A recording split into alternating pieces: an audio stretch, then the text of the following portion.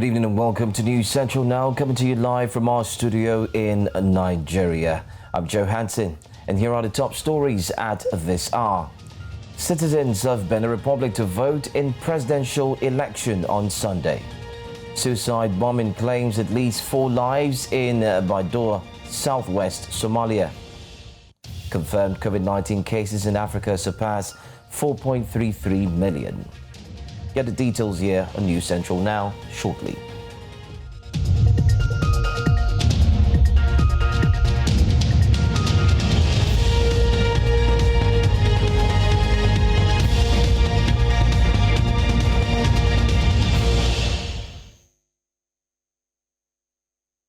We begin the news at this hour in West Africa, where presidential polls open on Sunday in Benin Republic, with incumbent Patrice Talon going in as favorite to win 5 more years. The multi-millionaire cotton magnate says he needs another term to consolidate the gains of his first. Talon had previously vowed to serve only 1 term. He faces 2 challengers, Alassane Soumanu, who was a minister under former President Boni Yayi, and Corentin Kuhue, a veteran politician. News Central's Bernard Akide is in Cotonou, the commercial capital of Benin Republic, and he will tell us more. Thank you so much for joining us on News Central Now. Bernard. Ça va, Joe? Good to have you. Good to have you. All right.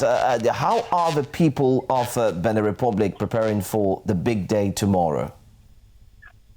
Well, Joe, I can tell you that the people are, well, I wouldn't exactly say excited or lukewarm. Basically, people are just going about their normal activities. But it's obvious that security presence has been heightened within the town here in Cotonou, the commercial capital. We clearly were able to see certain observers from ECOWAS and from other regions in Africa as well, moving around, basically trying to get certain information that they would need for tomorrow's presidential election. The people also have been preparing themselves, but, it's a country where the entire country will not be on standstill because of the election. There will still be movement. There will still be some businesses going on. So the people are pretty much going on their daily businesses, but it's obvious if you're just coming into the country that something is going on or something is about to go on, which of course is the presidential election expected to hold tomorrow. All right. Has there been any sign of protest or fuss of any kind, either by the opposition party? Well, not here in the commercial capital, Cotonou, and also not in the nation's capital in Porto Novo, but in some small towns, on the outskirts, talking about places like Save, like Parakou, and some other places. We did hear of certain, will I say, not necessarily crisis, but I say some disturbance in those areas. And that's, of course, because there still are people who are not totally happy with the current president, talking about Patrice Talon, who is trying to come back from the 5 years. If you read some scripts, or should I say some media, you'll see where it's written that it's almost like the president is ruling strictly or in a strict way. So there are some people who are not exactly happy with his government. But he has said that he would like to come back another 5 years, even though he had promised not to seek a second term. But he said he would like to come back to consolidate on what he has started with, and basically to improve on governance in the country. Without a doubt, there are some construction works going on here and there, and there's certain some development work that he's been working on. And he said that these are some of the things that he would like to improve on. Also, he has said that, he has brought a woman as his running mate, and that's talking about Miriam Talata. There are some parts of the country that are pleased with that, particularly some of the women. But of course, there are still those who are not happy with the current president. And that, to answer your question again, is the reason why there were reports of certain, pockets of violence here and there in outskirts of town. All right, let me take you on that same statement you've made concerning a pocket of violence. Well, there are indications that violence was seen in some parts of the country, particularly in the city of Save, as you also rightly mentioned. 2 people were said to be allegedly killed after troops opened fire to break up a protest earlier this week as well. Now, are there concerns of an uproar before the election begins tomorrow, particularly in Cotonou? Well, I'd quickly first like to comment on, the point you made about saying people being killed. In my trying to make inquiry, the people I spoke to said that about some people were shot, but the numbers vary. Some said 5, some said 4, some said 2. But I've not been able to confirm if there truly were any fatalities. But besides that, it doesn't seem like, it has sparked any serious or major concerns in Cotonou here where we are. I doubt if there would be any violence or any issues around the areas where they'll have polling units. But again, if tomorrow we can't exactly see into the future, so I do not know. But what I know is that, there's heavy security presence in and around town here, also in the nation's capital in Porto-Novo.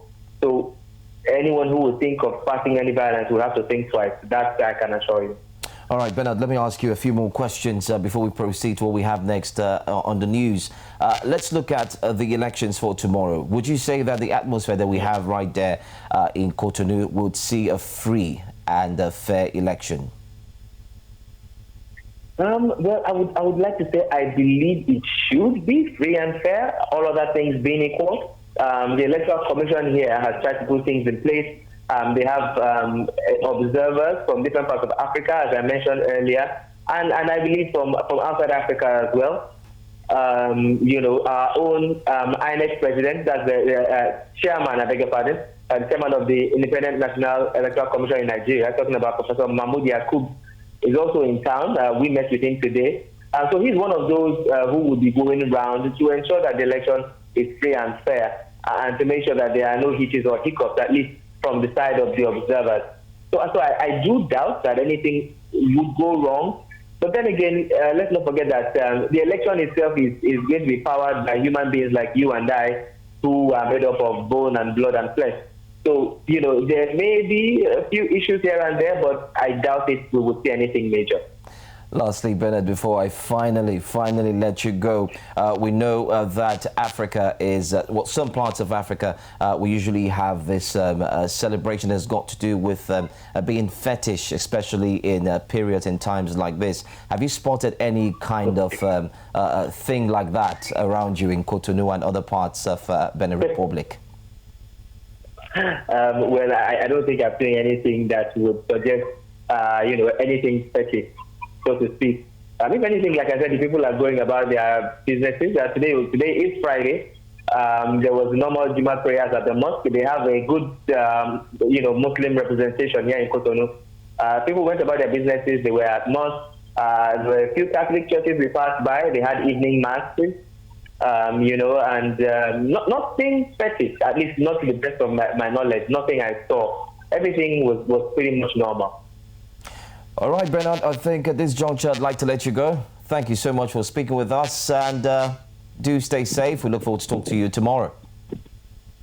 Yeah, thank you very much, Joe. You too. All right, au revoir. That was our man right there, Bernard Akide, giving us a blow-by-blow account of what's happening right there in Benin Republic. The elections poll will open tomorrow, and that's what will happen on Sunday. We'll get to connect with Bernard once more to get further details. As long as you stay with us, we'll take you into the happenings right there at Benin Republic. Let's move on now to Central Africa and stay on election matters. Chad is gearing up for a tense presidential election on Sunday. The polls are widely expected to see the 68-year-old President Idris Deby extend his 30-year rule. President Deby, one of Africa's longest-serving leaders, is defying growing opposition to his bid for a sixth term as he seeks re-election. The lead-up to the vote has been marred by violence, with security forces cracking down on protesters and rival candidates warning the vote is unlikely to be free or fair. The government says it has arrested several people, including political leaders, for planning an attack on the Electoral Commission's headquarters and polling stations. President Deby, who came to power in 1990, says he's confident he can win in the first round of voting. Well, in Eastern Africa, provisional results released today. Djibouti's incumbent president, Ismael Guelleh, has been re-elected. The country's Interior Minister, Momin Ahmed Sheikh, told local media that the results show Guelleh to have won over 98% of the vote. Voters went to the polls on Friday, which lasted until 7 p.m. local time as counting proceeded soon after. It is theoretically Guelleh's last term as a 2010 constitutional reform introduced an age limit of 75 and scrapped term limits. Confirmed results would be released by the Constitutional Council several days later.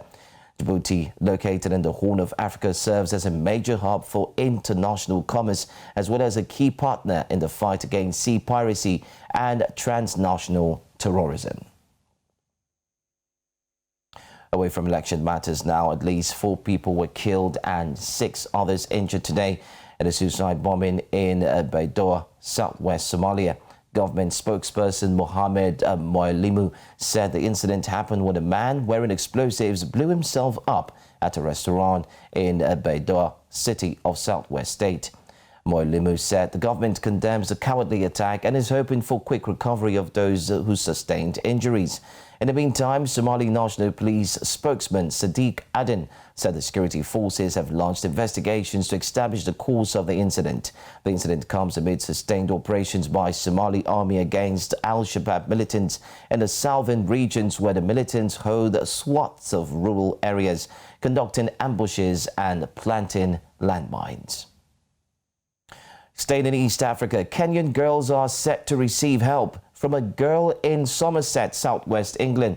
12-year-old Annabelle has almost completed a 188-kilometer walk to help Kenyan girls in period poverty after being inspired by a pen pal project.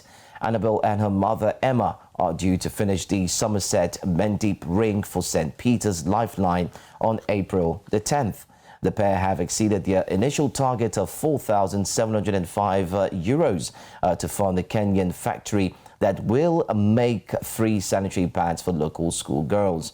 Annabelle first heard about the project to end period poverty when her school was twinned with St. Peter's School in the rural village of Kajuki, Kenya. The pupils were part of a pen pal project, but Annabelle wanted to do more to help the young girls she was corresponding with. Could say that's quite inspirational. Well, coming up next, confirmed COVID-19 cases in Africa surpass 4.33 million. Details of this and more after the break.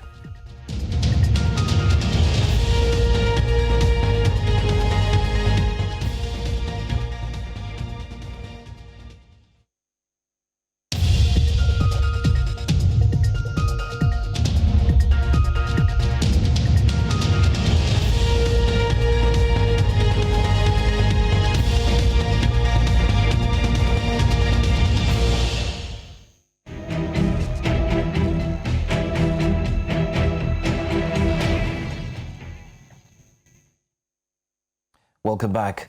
The Africa Centers for Disease Control and Prevention, Africa CDC, says the number of confirmed COVID-19 cases in Africa has surpassed 4.33 million. The Africa CDC also said the death toll from the pandemic stood at 115,191, while over 3.88 million patients across the continent have recovered from the disease. According to the Africa CDC, South Africa, Morocco, Tunisia, Ethiopia and Egypt are among the African countries with the most cases in the continent. South Africa surpassed 1.55 million COVID-19 cases, the most among African countries, followed by Morocco at 500,984 cases and Tunisia at 268,837 cases. In North Africa, Morocco's COVID-19 tally has risen to 500,948 as 625 new cases were registered during the past 24 hours. The Ministry of Health also said the death toll rose to 8,885 with 12 new fatalities, while 442 people are in intensive care units. It said the total number of recoveries in Morocco increased to 487,414 after 501 new ones were added. The COVID-19 fatality rate in Morocco stands at 1.8%, while the recovery rate is 97.3%. Meanwhile, over 4.44 million people have received so far the first vaccine shot against COVID-19 in the country, and 4,103,257 people have received the second dose. In East Africa, Comoros President Azali Assoumani today received the coronavirus vaccine produced by China's Sinopharm, marking the start of the vaccination campaign in the African nation.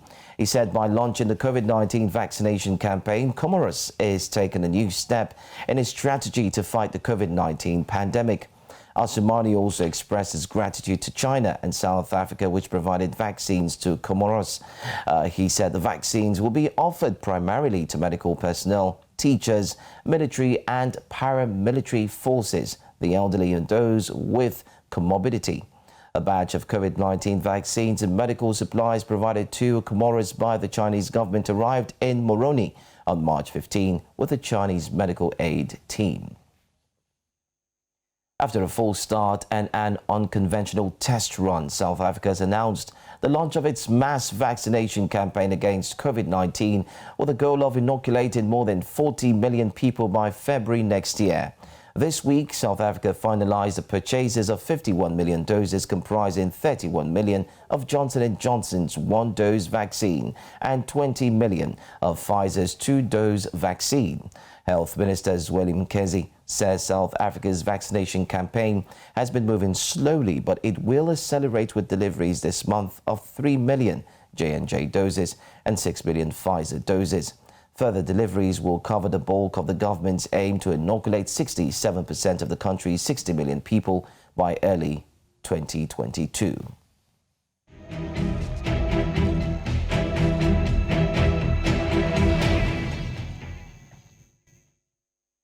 Away from the coronavirus disease, Nigeria's Security and Civil Defense Corps, NSCDC, is calling for synergy among private security outfits across the country in an effort to reduce growing crime rate. NSCDC Commandant General Ahmed Audi made this call while presenting operational licenses to 17 private security companies in the nation's capital, Abuja. He says it's only through collaboration and intelligence sharing that the current security challenges would be tackled. The NSCDC is mandated to regulate the operation of private security outfits in Nigeria. The nation is being bedeviled with a very serious insecurity crisis, and that is an asymmetric war. And if you want to deal with decisively with an asymmetric war, you must synergize with all stakeholders